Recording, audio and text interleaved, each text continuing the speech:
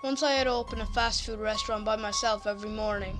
Starting at 4 a.m, though we didn't open until 6, I usually locked the front doors back after entering, but left the back door deadbolt unlocked, since I frequently had to go out the back door to retrieve onion ring batter, milk base and such from the outside cooler. One morning I had a customer lingering in the car park and told him we didn't open until 6.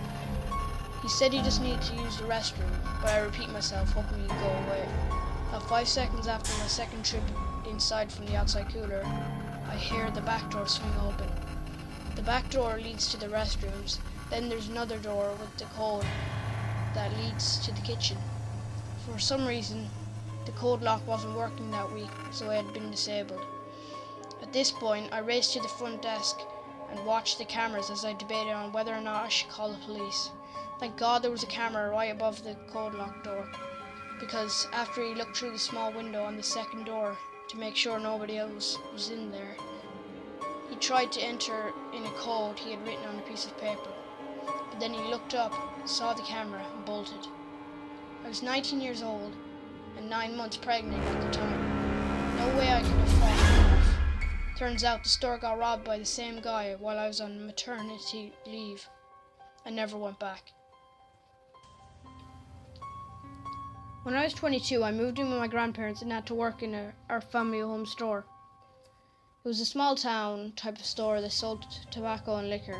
Most of my family generation are male, so I ended up being the only female employee. I dealt with your run of the mill drugs, addicts and crazies daily, but most were nice people who just had problems. Due to the availability, I was expected to work on Sundays alone.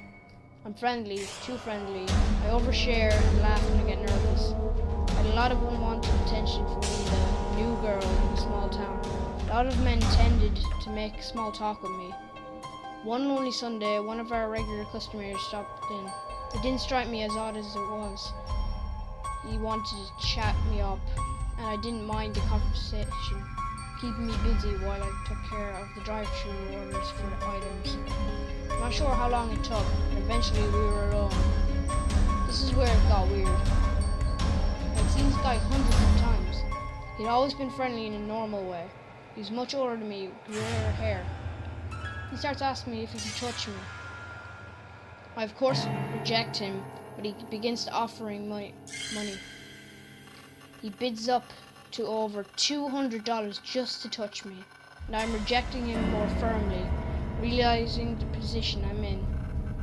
There is no door behind the counter, and the counter is all that separated us.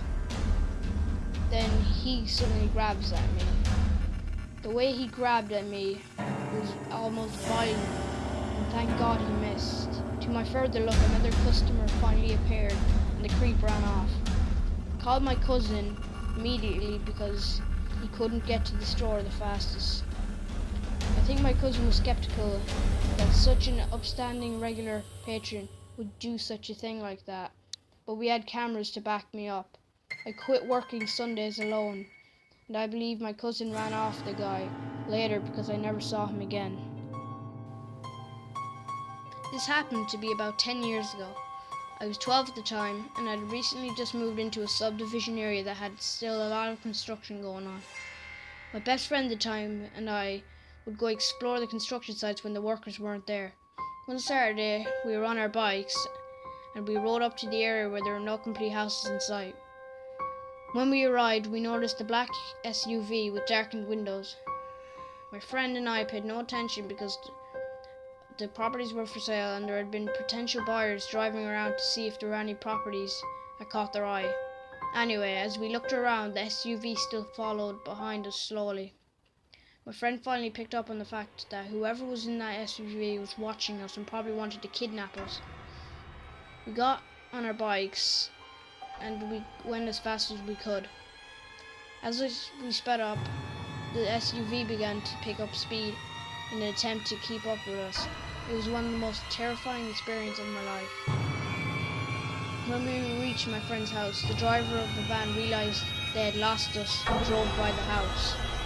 My friend and I never had another experience with that individual, there hadn't been any attempted kidnappings in our neighbourhood.